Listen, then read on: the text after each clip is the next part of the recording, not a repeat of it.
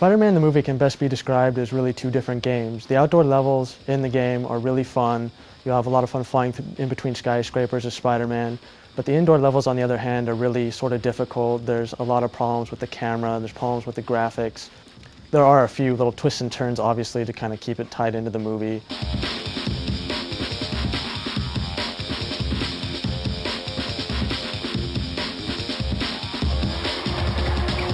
But there really aren't any huge spoilers in the game, so if you play the game before going out to see the movie, yeah, you'll get a few of the scenes from the movie, but if you've been a devout fan of the Spider-Man comic book, you'll still know key moments that happen. You already know what they're about. The control scheme is really similar to the previous Spider-Man games, although now they added an enhanced feature which basically gives you a web mod button instead of having to press like up, down, left, or right, and then the web slinging key, so it's actually easier to control the webbing at certain points. The gameplay is actually a mixture of just your basic beat 'em up as well as some puzzle solving and just finding items. In most of the early levels, you just basically be going through each level and fighting criminals, whereas like later on, you have to disarm bombs, you have to rescue hostages. In one level, the museum, you have to rescue police officers before they get beat up by the criminals there. There's also a lot of item finding missions, but you'll find that most of it's just pretty straightforward action gaming. There's not a whole lot of variety, but at the same time there really doesn't need to be, especially in the outdoor levels, because there's so much you can do. Spider-Man basically has all the same moves that he had in the previous games. He can do the web slinging, he can do zip lines, he can tie up criminals, he can shoot web balls at them, he can hang from the ceiling and drag guys up and throw them against a wall or against other criminals or things like that. But the major difference between Spider-Man and the movie and previous games is that as you go through the game, you'll find new combinations that Spider-Man can use when he's attacking enemies hand-to-hand. Some are more well hidden than others, but you'll get rewarded in the end if you try and look for them. The enemy AI in the game is really sort of mixed.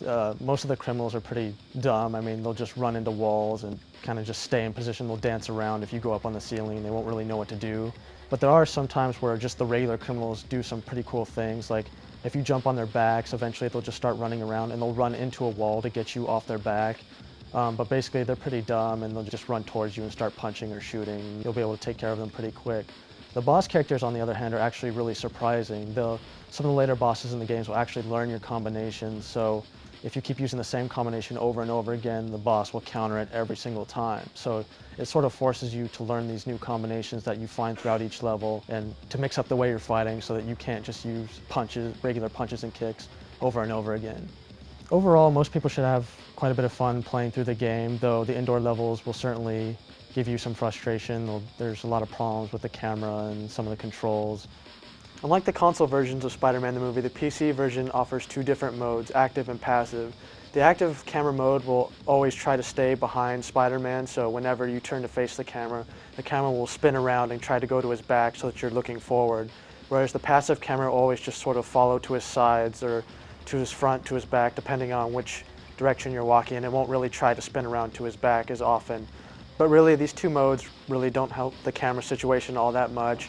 The active camera spins around too much and it's really sort of disorienting, whereas the passive camera mode, you'll constantly be trying to adjust it so that it's in the proper view. So it was a nice attempt, but it really, in the end, it doesn't work that well. The CG cutscenes in the game are modeled after the movie, so you can expect to see the same sort of dramatic camera angles of Spider-Man swinging through the air, rescuing hostages and all that sort of thing. Spiders everywhere.